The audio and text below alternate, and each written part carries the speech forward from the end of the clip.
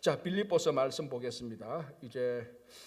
어제 사도 바울이 어제 우리가 빌립보서 말씀 보면서 빌립보서는 이제 옥중서신이다라는 것을 또 기억하는 게 굉장히 중요합니다.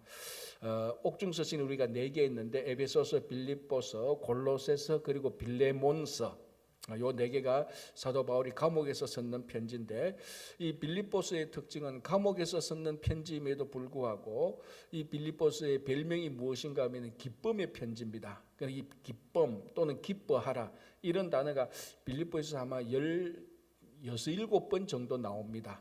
그러니까 이 빌립보서가 보십시오. 빌립보서 3장, 4장까지 있고 골로새서가 또 4장까지 있고 이런데, 이 분량이 그렇게 많지 않은데 많지 않은 이 분량 가운데서도 기뻐하라는 말씀이 이 단어가 16번, 7번 정도 나온다면은 굉장히 많이 사용한 거죠. 그러니까 한 사람이, 우리 한 성도가 기뻐하는 것은 이 세상에서 내가 처한 환경, 그것 때문에 내가 기뻐할지 슬퍼할지 결정되는 것은 아니라는 것을 우리가 빌립보서만 봐도 알 수 있습니다. 바울은 지금 로마 감옥에 갇혀 있습니다. 갇혀 있으면서도 밖에 있는 빌립보 교인들을 향해서 기뻐하라고 말을 했으니, 그러니까 이 로마 감옥이 사도 바울에게서 기쁨을 빼앗아가지 못했다는 말입니다. 마찬가지로 지금 우리가 처해 있는 형편이 안 좋은 분들도 있을 겁니다. 그죠? 그래도 로마 감옥에 있는 바울보다는 안 낫겠습니까? 그는 이런 형편과 환경을 비교해 보더라도 우리는 충분히 우리 삶 가운데서 기뻐할 수 있을 겁니다. 지금 일터에서도 일이 어렵고 가정이나 건강이나 여러 우리 걱정 근심이 다 있다 할지라도 감옥에 있는 사람보다는 안 낫겠습니까? 그죠? 그렇다면 감옥에 있는 바울도 기쁨의 편지를 이렇게 보낼 수 있었는데, 지금 우리 삶도 기쁨의 삶을 충분히 살아갈 수 있는 것입니다. 자, 어제 또 했는 것 중에 하나 더 말씀드리자면, 이 빌립보는 마게도냐 지경의 첫성, 그러니까 마게도냐는 지금의 우리 말로 말하면 유럽 지역 아닙니까? 소아시아에서 배를 타고 이제 마게도냐로 건너가면 그게 이제 바로 유럽으로 건너갑니다. 지금 소아시아 지역, 터키 지역, 이 지역은 동서가 만나는 지역 아닙니까? 그러니까 동서가 만나는 지역에서 배를 타고 넘어가면 마게도냐 지역인데, 그 마게도냐 지역에 있는 빌립보, 우리 사도행전 16장에 나오는, 이제 거기서 사도 바울이 그 자주장사 루디아를 만나서 그 루디아가 예수를 믿게 되고, 그리고 이제 그 루디아가 또 그 사도 바울을 지원하게 되는 그런 일들이 일어났던 것이 빌립보고, 또 이 빌립보에서 큰 소동이 일어납니다. 우리 이제 오늘 또 보겠지만 귀신 들린 여종 하나를 고쳐줬는데, 이제 그 주인이 바울과 실라를 또 고발해서 그 깊은 감옥에 갇힌 곳도 빌립보입니다. 바로 그 빌립보에 있는 사람들에게 로마 감옥에 있는 바울이 편지를 쓰는 겁니다. 자, 12절 보겠습니다. 형제들아, 내가 당한 일이, 자, 무슨 일? 감옥에 갇힌 일이죠. 내가 당한 일이 도리어 복음 전파의 진전이 될 줄을 너희가 알기를 원하노라. 자, 복음 전하는 사람이 감옥에 갇히면은 복음을 더 잘 전하겠습니까? 못 전하겠습니까? 못 전하죠. 그건 지극히 상식 아닙니까? 그러니까 이 빌립보서를 쓸 정도의 이 타이밍 때는 바울이 이미 사도로서 많은 사람들에게 그 존경과 인정을 받고 있는 상황입니다. 그래서 바울이 감옥에 갇혔다. 그러니까 하나님 나라에 관심 있는 사람들은 염려가 됐을 겁니다. 저 대사도가 대사도 바울이 감옥에 갇혔으니 복음 전파에 지장을 받겠구나. 누구든지 그렇게 다 생각할 수 있을 것입니다. 그런데 오늘 바울은 내가 당한 일이 오히려 도리어 복음 전파에 진전이 된 것이다라고. 그러니까 이 전화위복이 된 것이죠. 그러니까 우리가 세상의 논리와 이치로 어떤 복음에 관한, 하나님 나라에 관한 것을 기준으로 삼으면요, 번번이 우리가 그거 안 맞다는 것을 많이 기억하고 우리가 많이 보기도 합니다.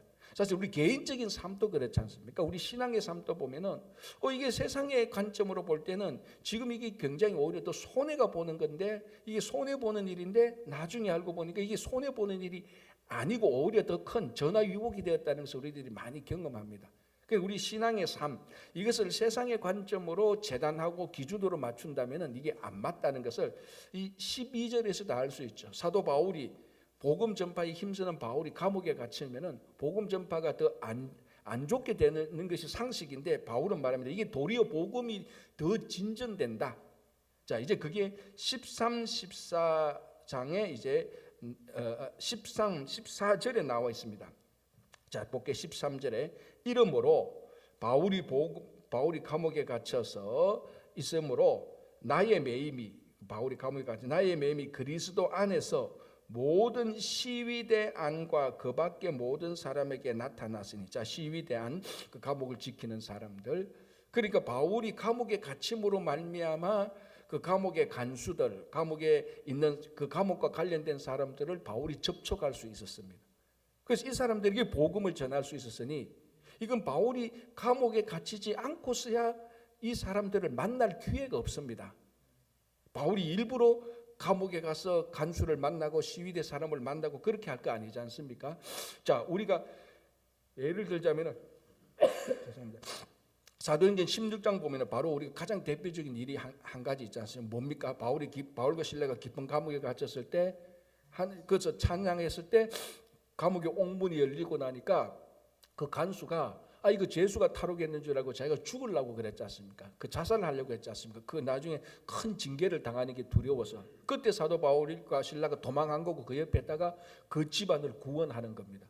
만약에 바울이 감옥에 갇히지 않았더라면은 이런 사람들은 평생 복음 전하는 자를 만날 일도 없고 복음 들을 일도 없습니다. 그래서 그 유명한 그 사도행전 16장 31절 시작, 주 예수를 믿으라 그러면 너와 내 집이 구원을 얻으리라. 그게 바로 빌립보에서 일어난 거란 말이죠. 가장 대표적인 것만 이것도 그랬어요. 이게 사도 바울의 매임이 오히려 복음이 진전이 되었다는 겁니다. 그러니까 이렇게 또 될 수 있는 이유는 복음이 진전하고 복음이 전파되는 가장 궁극적인 주체는 누굽니까? 바울도 아니고 실라도 아닙니다. 누굽니까? 하나님이지 않습니까? 하나님이 이 복음, 하나님께서 복음 전파의 주관자가 되고 하나님 나라 확장자의 주체자가 되는데 그 이제 우리들은 그 하나님 나라에 우리는 동참하는 거죠. 그러니까 이렇게 볼 수 있죠. 이렇게 볼 수 있습니다. 하나님 나라를 확장하는 것은 그 주체자는 하나님이고 우리는 거룩한 수단이 되는 겁니다. 그래서 우리가 좀 못한다고 해서 하나님께서 하나님 나라를 확장하고 복음 전파가 멈춰지는가? 그렇지 않습니다. 오히려 더 역설적으로 우리가 순수하게 복음을 전하다가 정말 그 복음 전파 때문에 어려움을 당할 때 오히려 하나님께서는 이런 것들을 더 전화위복으로 만들어서 우리가 예상치 못했고 우리가 기대하지 못했고 심지어는 우리가 기도하지 못한 것까지도 하나님께서 복음 전파를 이루시는 것입니다. 자, 여러분, 우리가 성경을 볼 때 바울과 실라가 우리가 이 복음 전파할 때 우리가 감옥에 있는 간수도 만나서 그 사람들에게도 복음 전파하게 해주셔서 그런 기도 안 했단 말이죠. 그런데도 감옥에 갇혔을 때 그 시위대 안과 밖에서 사람들을 만나서 복음 전파를 하게 되므로 이것이 복음의 진전이 되는 것입니다. 이게 첫 번째고요. 자, 두 번째 한번 보겠습니다. 14절. 형제 중 다수가 나의 매임으로 말미암아 주 안에서 신뢰함으로 겁없이 하나님의 말씀을 더욱 담대히 전하게 되었다. 자, 이게 뭔가 하면은 빨리 5월달이 지나가야 엘레지가 끝나지. 이거 미투죠, 그죠? 유투. 자, 이게 바울이 감옥에 갇히니까 어떤 사람들 이렇게 생각을 하는 겁니다. 이제 복음 전파가 많이 우리가 이거 방해받겠구나, 어렵겠구나. 그런데 실제로 바울이 감옥에 갇힘으로 말미암아 바울의 매임으로 말미암아 하나님께서 바울과 함께 하시고 사도 바울이 이런 기쁨의 편지를 보내고 그리고 시위대에 있는 그 감옥의 간수 이런 사람들이 복음을 듣고 그러고 보니까 옆에서 보니까 바울이 감옥에 갇힌 것을 이게 오히려 더 낙담되는 일인 줄 알았는데 이 일로 인하여서 하나님께서 바울과 함께 하심을 확실히 느끼고 복음 전파가 멈추지 않고 이러니까 옆에서 그걸 보던 사람들이 오히려 더 담대함을 얻게 되고 하나님을 더 신뢰하게 얻게 된다는 것입니다. 처음에는 바울이 감옥에 갇혔을 때 낙담됐는데 하나님께서 감옥에 갇힌 바울을 통하여서 하나님 나라가 확장되고 복음이 진전되는 것을 보니 그 감옥 밖에 있는 사람들이 바울이 감옥에 갇히기 전보다 훨씬 더 복음에 대한 확신과 하나님 나라에 대한 자신감을 가지게 됐다는 거예요. 지금 그 말을 하는 겁니다. 자, 보십시오. 14절에 형제 중 다수가 나의 매임으로 말미암아 주 안에서 신뢰함으로 겁없이 하나님의 말씀을 더욱 담대히 전하게 되었느니라.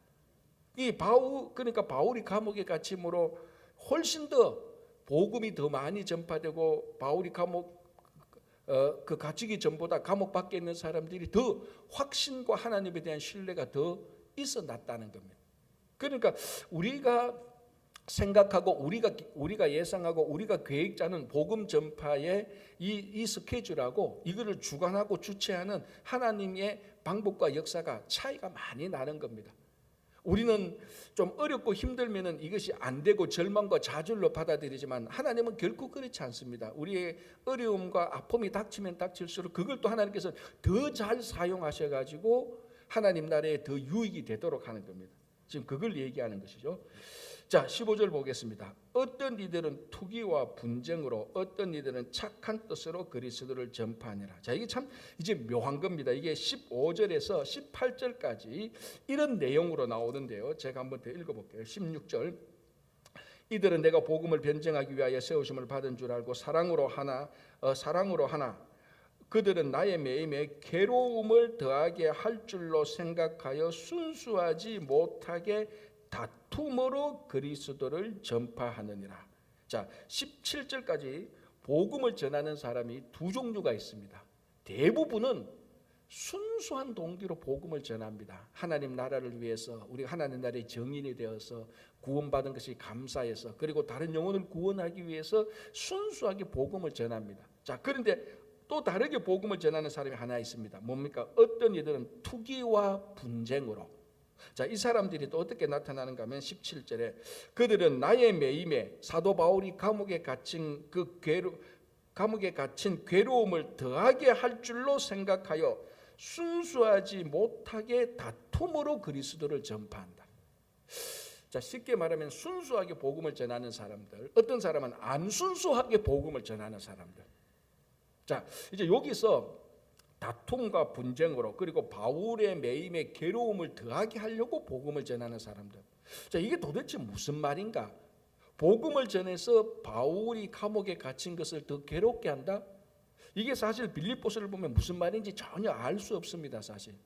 그러나 이제 오랫동안 주석가들이 사도 바울의 일생을 보고 사도행전을 보고 빌립보서를 보고 다른 편지를 보면서 이렇게 근거 있는 추정을 합니다. 자, 어떤 사람인가 하면은 우리 갈라디아서 이 사도 바울의 사역을 보면은 바울을 계속해서 괴롭혔던 사람들이 있지 않습니까? 누군가 하면 유대인 율법주의자들. 그런데 이 사람들 어떻게 보면 예수는 믿어요. 또 예수는 믿는데 율법주의자. 그럼 뭐라고 말하는가? 예수 믿는 율법주의자들. 이 사람들 인종적으로 보면 또 유대인들, 이 사람들입니다. 이 사람들이 계속해서 바울이 전한 복음을 혼합시켰습니다. 그게 뭔가 율법으로 자꾸 혼합시켰지 않습니까? 그리고 이런 사람들이 계속해서 바울의 평생 동안 괴롭혔던 이유가 뭔가 하면은 바울은 베드로나 야고보나 요한이나 이런 사도보다 권위가 떨어진다. 그것을 계속해서 괴롭혔던 것입니다. 그 바울이 평생 그게 사실은 짐이 되었던 것이죠. 사실은 바울이 우리 사도행전도 보면요, 우리가 앞에서 사도행전을 보지만 사도행전 때도 보면은 바울이 복음 전하는데 가장 반대된 사람이 로마인입니까? 아니었어요. 유대인 예수도 믿는 또는 예수도 안 믿는 유대인 율법주의자들이 바울의 사역을 가장 많이 괴롭혔던 사람입니다. 사람들이죠, 그 사람들. 그것이 우리 고린도 전후서부터 계속해서 바울의 편지를 보면 그런 흔적들이 계속해서 나타납니다. 자, 이 빌립보서에도 바울이 감옥에 갇혔습니다. 자, 그러니까 이제 근거 있는 추정이 뭔가 하면 바울의 매임을 괴로움을 더하게 하려고 복음을 전했다 합니다. 투기와 분쟁으로, 바울에 대한 시기와 분쟁으로. 바울이 복음을 전하니까 인간적으로 보니까 바울의 인기가 막 높아지고 사람들이 바울의 권위를 다른 사도보다 더 많이 인정하거든요.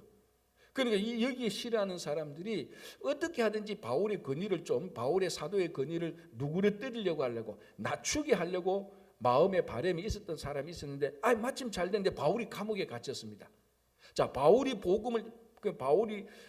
감옥에 갇혀서 복음을 전하지 못하게 되니까 이때에 우리가 더 많이 복음을 전해서 우리가 바울보다 더 많이 복음을 전하는 자가 되자. 그래서 감옥에 갇힌 바울의 권위를 완전히 누그러뜨리고 우리의 권위를 세우자, 그런 투기와 분쟁으로 복음을 전했던 사람들이 있다는 겁니다. 그게 바울이 감옥에서 소문을 듣는 겁니다. 딱 들어보니까 저 사람들이 복음을 전하는 이유가 가만히 보니까 저 사람들이 내가 지금 감옥에 갇혔을 때 나를 완전히 뒤로 밀어내고 자기들이 앞장서서 자기들이 이제 다른 성도들한테 다른 사람들에 더 인정받으려고 하는구나, 그런 감이 왔단 말이죠. 그런 또 마음으로 그런 좋지 않은 불순한 동기로 복음을 전했다는 것입니다. 자, 그런데 이걸 두고 바울은 그걸 어떻게 받아들입니까? 자, 18절 보시기 바랍니다. 그러면 무엇이냐? 거칠애로 하나 참으로 하나 무슨 방도로 하든지 전파되는 것은 그리스도니 이로써 나는 기뻐하고 또한 기뻐하리라. 이 18절 하나만 봐도요, 정말 바울이야말로 복음에 사로잡힌 자입니다. 참 이게 목회자로서도 바울의 이 마음이 참 짠하게 오는 거예요. 자, 쉽게 말하면 이건 어떤 사람들은 나쁜 동기로 막 열심히 해요. 그것 때문에 이거 목회하는데 어떨 때는 방해가 되기도 한다 하란 말이에요. 그런데 어떻거나 동기야 어떻든지 간에 의도는 어떻든지 간에 겉으로 드러나는 것은 복음의 사역이에요. 바울은 그 동기를 안 보겠다는 겁니다. 그러면 겉으로 드러나는 복음의 사역이 다른 사람한테 좋은 효력을 미치니 바울은 그것도 기뻐하겠다는 겁니다. 여러분, 이게 우리도 이런 것들 많이 좀 우리 일상생활에서도 많이 느끼잖아요. 근데 바울이 복음에 사로잡히는, 바울의 목적은 저 사람들이 나보다 인기를 더 얻고 저 사람들이 나보다 더 권위를 가지고, 그거보다 바울은 어디에 더 관심이 있는가 하면은 좋다, 내 권위가 떨어져도 좋다, 저 사람들의 권위가 더 올라가도 좋다. 그런데 어쨌거나 이런 일들을 통해서 복음이 전파되지 않느냐, 그러면 나는 기뻐한다는 겁니다. 여러분, 이게 보통 일이 아니잖아요. 이런 마음을 품는 것은 완전히 복음에 사로잡히거나 성령에 사로잡히지 않으면 이런 마음을 품지 못해요. 근데 바울이 그거 기뻐한다는 겁니다. 자, 그러면은 그렇게 전하는 복음이 효력이 있겠습니까? 없겠습니까? 바울은 그래도 효력이 있다는 거예요. 순수하지 못한 동기로 복음을 전해도 그 복음 자체는 진짜잖아. 순수하지 않은 동기로 복음을 전하는 이 사람이 복음을 거짓으로 전하지는 않거든요.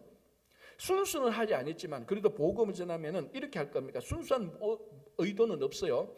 불순한 동기에 그래도 전하는 복음은 사실이에요. 그러면 이 복음 자체가 복음의 능력이 있기 때문에 불신자들이 복음의 능력을, 그 복음을 듣고 예수를 믿는단 말이죠. 그럼 바울이 보면 그러면 좋은 거 아니냐? 그럼 됐지, 이 말이에요. 이게 보통 복음의 큰 그릇이 아니면 이렇게 못하는 겁니다. 자, 그럼 어떤 사람이 이렇게 말합니다. 목사님, 동기가 불순하고 의도한데 그런 사람들이 복음 전하는 게 무슨 필요가 있습니까? 이렇게 말하는데 바울은 뭐라고 말합니까? 그거 필요가 있다는 겁니다. 자, 이렇게 생각해 보십시오. 여기 지금 영양실조 걸린 사람이 있습니다. 지금 뭔가 먹어야 돼요.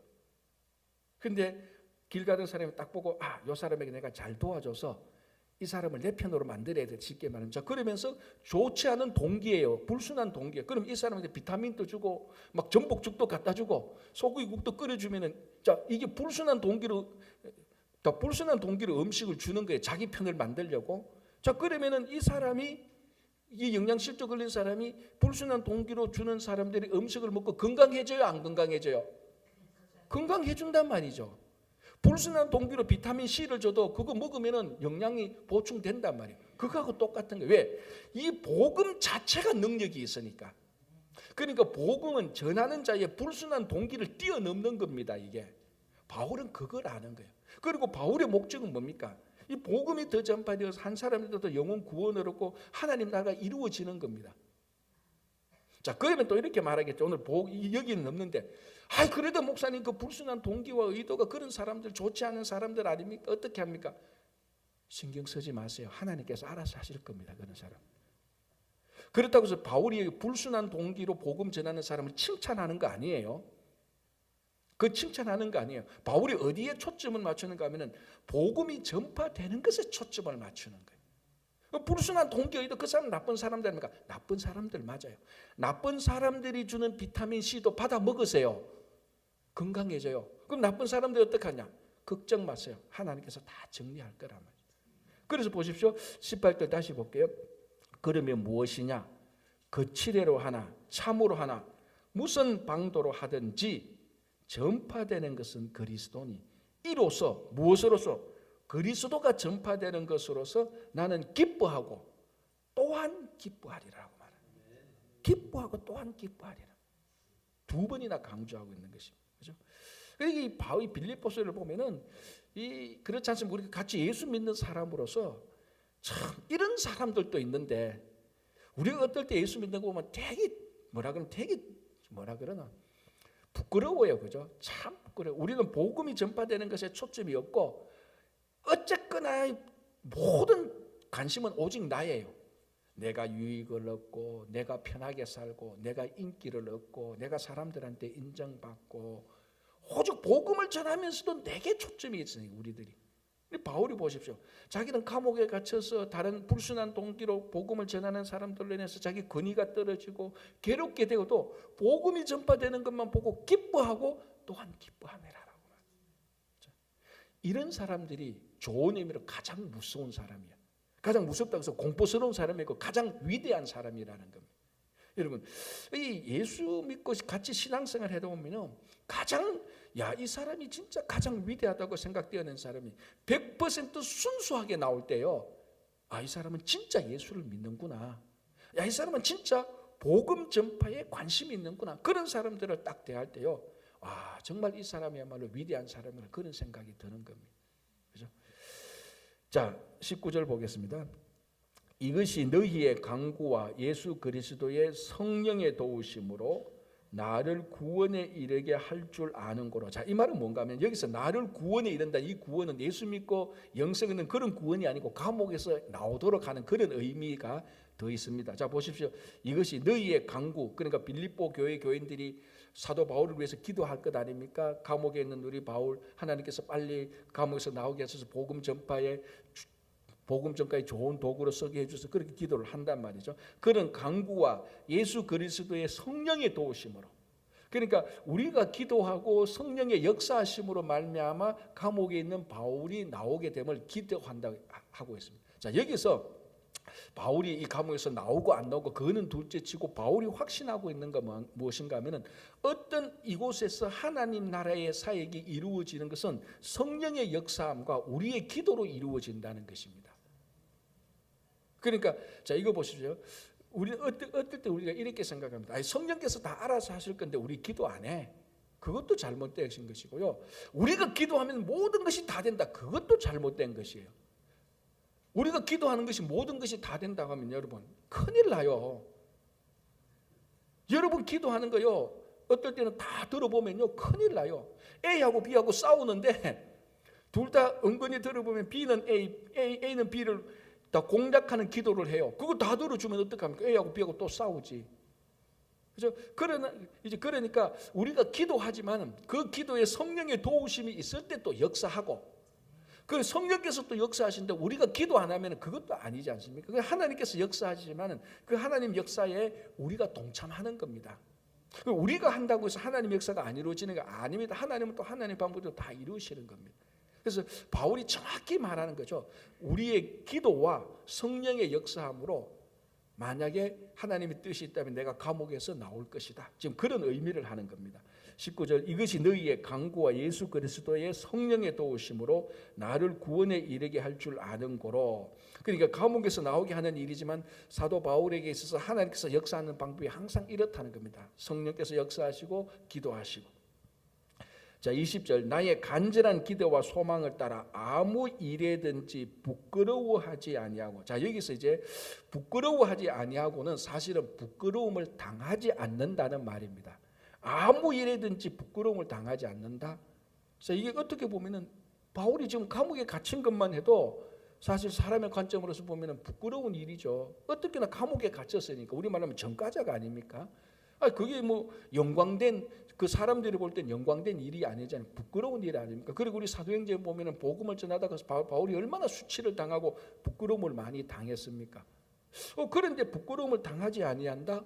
자, 이 말은 크게 두 가지 의미가 있습니다. 첫 번째는 여기서 부끄러움을 당하지 않는다는 것은 하나님 앞에서 수치를 당하지 않는다는 말입니다. 복음을 전하다가 사람들로부터 무시당하고 배신당하고 말할 수 없는 모욕과 멸시를 당한다 할지라도 하나님께서는 그 행위를 영광스럽게 생각하고 하나님 앞에서는 수치를 당하지 않는다는 거예요. 십자가가 그렇지 않습니까? 십자가를 지고 가는 것은 사람들에게 수치를 당하는 거예요, 여러분. 멸시를 당하는 거예요. 참 많은 성도들이 십자가를 진다고 말을 하면서 십자가 지는 것이 우리 성도의 삶이라고 말을 하면서 자기 자존심 상하는 거, 눈곱만큼도 견디지 못한 거, 여러분 그거 십자가 지는 거 절대로 아니에요. 절대로 저는 확신합니다. 목사님, 나는 내 앞으로 평생 주님의 십자가의 길을 가겠습니다라고 자존심 상하는 말 한마디 들을 때마다 벌끈벌끈 약간 오해당할 때마다 막 화가 나서, 그거는 십자가 지는 게 아니에요. 지는 척하는 것이지. 어쨌든 자, 십자가를 진다는 것은 그런 자존심도 상하고 수치를 당하는 거예요. 오해를 받는 거예요. 그럼에도 불구하고 바울이 부끄러움을 당하지 않는다는 것은 하나님 앞에서 부끄러움을 당하지 않는 것입니다. 하나님은 그걸 영광스럽게 생각하는 거예요. 그리고 또 하나 부끄러움을 당하지 않는 것은 결국에는 궁극적으로는 하나님께서 이 십자가를 지고 당하는 복음 전파자의 삶을 하나님께서 영광스럽게 올린다는 그런 확신이 있는 겁니다. 자, 복음을 전하다가 그리고 복음을 전하고 십자가를 지는데 왜 수치를 안 당하겠습니까? 자존심 상하고 굉장히 모욕과 멸시를 당하고 오해를 받습니다. 그럼에도 불구하고 바울이 이렇게 말하는 것은 궁극적으로는 하나님께서 이 사도 바울을 올리실 것이다. 그리고 하나님 앞에서는 부끄러움을 당하지 않을 것이다. 그런 의미입니다. 그래서 나의 간절한 기대와 소망을 따라, 바울의 간절한 기대와 소망을 따라서 하나님께서는 이 세상에서 사람들에게는 수치를 당할 수 있겠지만 결국 마지막에 하나님에게서는 영광을 받는다는 것입니다. 그렇죠? 자, 20절 21절 자, 20절 중간부터 보겠습니다. 살든지 죽든지 내 몸에서 그리스도가 존귀하게 되게 하려 하나니 이는 내게 사는 것이 그리스도니 죽는 것도 유익함이라. 바울은 이미 육신적인 삶은 다 죽었어요. 내가 날마다 죽노라고 말한 것처럼, 그죠? 그래서 내게 사는 것이 그리스도니, 이제 바울은 자기의 어떤 세상적인 삶은 다 죽었습니다. 그래서 그리스도가 사는 겁니다. 그래서 존귀하게 되는 것은 그리스도가 존귀하게 되는 것이다라고 합니다. 자, 이제 요거하고 맞물려서 22절 보겠습니다. 22절에서 24절. 그러나 만일 육신으로 사는 이것이 내 일의 열매일진데, 자, 이게 뭡니까? 육신으로 사는 것이 이 삶의 열매라는 겁니다. 자, 한번 보십시오. 그러니까 이건 뭐냐면 바울이 지금 이 세상에서 죽지 않고 살아가는 것 자체가 어떤 삶의 열매다. 자, 이게 이제 빌립보 교인들하고 같이 연관돼서 말하는 겁니다. 열매인데 내가 살아있는 것이, 아직까지 바울이 감옥에 갇혔지만 살아있는 것이 어떤 하나의 열매인데, 어떤 하나의 또 좋은 일이 있는데 무엇을 택해야 할지 자기가 모르겠다는 겁니다. 이 분명히, 그러니까 바울이 쉽게 말하면 이겁니다. 아직까지 죽지 않고 살아있는 것이 분명히 하나님의 무슨 열매를 위해서 있는 건데, 지금 이 감옥에서 내가 무엇을 해야 될지 모르겠다. 이 땅에서 살아있으면서 무엇을 해야 될지 모르겠다고 말을 하면서 23절 보십시오. 내가 그 둘 사이에 끼었으니, 그 둘 사이는 뭡니까? 이 땅에서의 삶과 영원한 삶입니다. 영생과 내생, 내생까지 영원한 생명과 이 땅에서 삶 둘 사이에 끼어 있다는 겁니다. 자, 끼어 있으니 차라리 세상을 떠나서 그리스도와 함께 있는 것이 훨씬 더 좋은 일이라 그렇게 하고 싶다라는 말. 바울은 세상에 미련이 있습니까? 없습니까? 일체 미련이 없습니다. 하고만 싶다면 지금 당장 하늘나라 가서 그리스도와 함께 영원한 삶을 누리고 싶다는 것입니다. 그런데도 아직 이 땅에서 살고 있는 것은 여기에 분명히 어떤 열매가 있는데, 어떤 열매가 있다는 겁니다. 자, 그게 뭔가 하면은 24절, 내가 육신으로 있는 것이 너희를 위하여 더 유익하다. 그러니까 바울이 지금 뭐라고 말하는가 하면, 쉽게 말하면 이것입니다. 나는 지금이라도 세상에 미련 없다. 지금이라도 하나님께서 부르시면은, 아니, 하나님께서 빨리 불러주시기를 원한다. 그래서 그리스도와 함께 영원한 삶을 살고 싶은데 아직까지 그런 일이 일어나지 않고 내가 육신에 있으니 여기는 분명히 어떤 열매가 있을 것이다. 이 열매가 뭐냐? 빌립보 교인들이라는 겁니다. 내가 살아있는 것이 너희들에게 유익하다. 너희들이, 그러니까 쉽게 말합니다. 하나님께서 지금 나를 이렇게 살려둔 것은, 나는 하늘 날아가고 싶은데도 살려둔 것은 빌립보 교인들 너희들 위하여서 뭔가 복음의 일을 할 게 남아있다, 그런 말입니다. 그래서 내가 아직 하늘 날아가고 싶지만은, 영원한 생명을 취하고 싶지만은 이 땅에 있다. 이것이 너희들한테 유익이 될 것이라는 거예요. 자, 이것을 통하여서 사도 바울의 진심을 알 수 있지 않습니까? 진심을. 우리 우스갯소리로 이렇게 하지 않습니까? 어떤 사람이 자살을 하려고 한강으로 쑥 뛰어들어갔는데 물이 너무 차온 거예요. 차워서 죽을 뻔했다고 다시 나왔다는 거 아닙니까? 차워서 죽을 뻔했는데 나왔다는 거예요. 진심이 아니에요. 뭐 비슷한 농담 아닙니까? 한강대에서 뛰어내려가는데 뒤에서 누가 욱 하니까 야, 죽을 뻔했다. 그런 이제 농담인데, 우리 마음속에 정말로 사도 바울은 어떤 이 세상을 나쁘게 봐서 세상을 떠나고 싶은 게 아니고, 정말 그리스도와 함께 동거하고 싶은 그 진심, 그게 있는 겁니다. 그래서 이 세상의 어떤 명예와 이 세상의 인기와 이 세상의 권력과 물질에 미련이 없습니다. 자, 이런 사람을 누가 이길 수 있겠습니까? 세상에서 누가 이길 수 있겠습니까? 그래서 바울은 감옥에 갇혀도 괜찮은 거예요. 그래서 감옥에 갇혀서 빌립보 편지를 쓰는 겁니다. 기쁨의 편지를. 참 이렇게 보면요, 같이 예수를 믿는데 왜 이렇게 차이가 날까? 아니, 똑같은 예수 믿잖아요. 지금 다른 예수 믿는 거 아니잖아요. 똑같은 예수를 믿는데도 이렇게 차이가 날까?